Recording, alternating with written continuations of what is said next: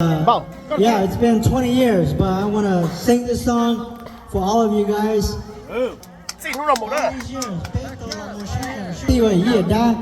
Yeah. We come a long way, okay? Yeah, we come a And long this way. is for each and every one of you. Okay? Xin lúc nào một đó.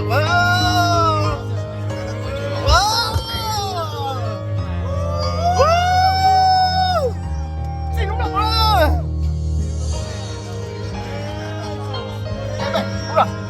Yeah, 真的是的多。呀！以后不给你动了啊。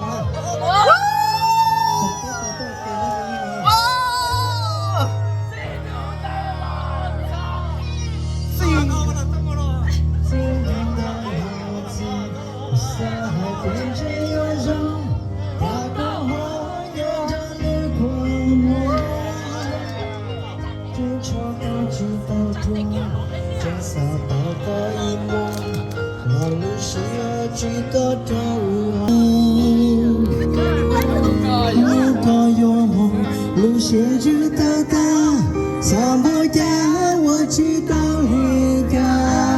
不要多找他们，你不走，年度那天我都不懂要走，太过寂寞个。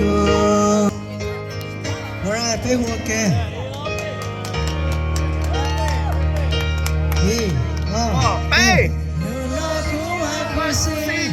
Hãy subscribe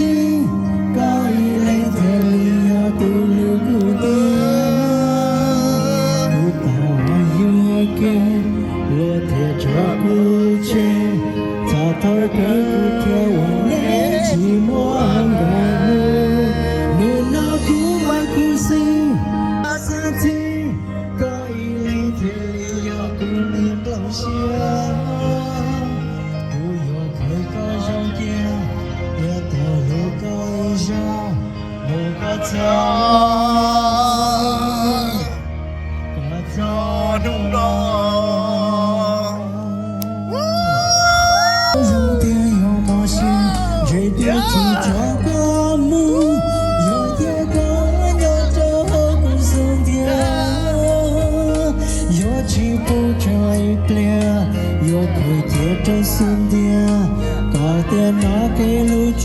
Ghiền Mì Gõ để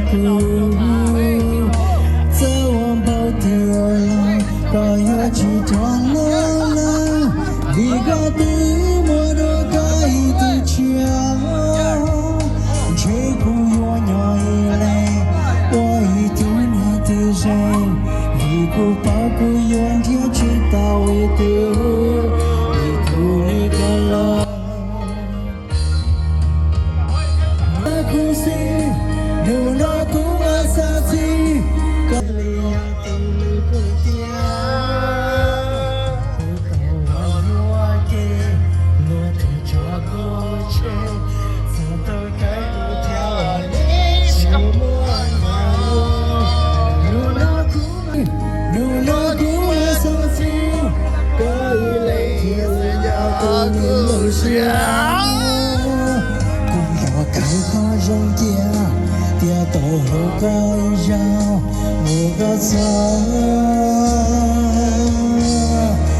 lỡ